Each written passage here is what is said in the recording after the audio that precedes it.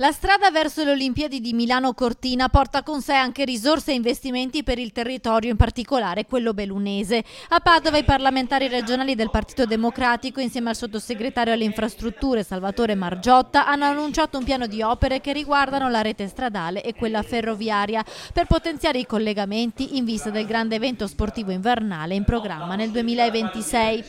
Il governo con la legge di bilancio ha stanziato 1 miliardo di euro di finanziamento che verrà ripartito tra Lombardia e Veneto. L'occasione che le Olimpiadi danno a questi territori è un'occasione che sfrutteremo al meglio, che il governo non perderà, con la collaborazione di tutti coloro i quali sono artefici di questo processo di ristrutturazione del territorio.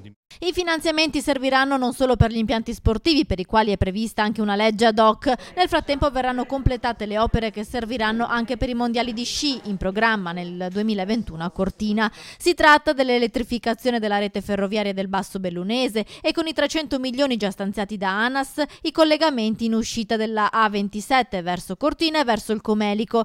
Il deputato bellunese Roger De Menec assicura che entro la primavera del 2020 verranno eseguite. Nel frattempo al via la programmazione in attesa delle Olimpiadi. Il PD ha le idee chiare. Abbiamo già un pacchetto di opere necessarie proprio per completare, come dicevo, da una parte la cura del ferro iniziata, e quindi per me vuol dire arrivare fino a Calalzo con l'elettrificazione, e dall'altra completare la messa in sicurezza e la rettifica delle strade statali, anche qui dall'uscita della 27 verso il Cadore e dall'uscita della 27 anche guardando alla provincia di Trento, e quindi tutta la dorsale della Val Belluna che parte, come dicevo, da Belluno e arriva fino a Feltri. De Menec inoltre risponde anche all'assessore regionale ai trasporti Elisa De Berti, che aveva parlato di blocco delle opere ferroviarie nel Bellunese a causa delle indecisioni sui tracciati. Credo che i nostri enti locali abbiano le idee sufficientemente chiare. Io invece stimolo l'assessore De Berti a scendere ancora più in campo.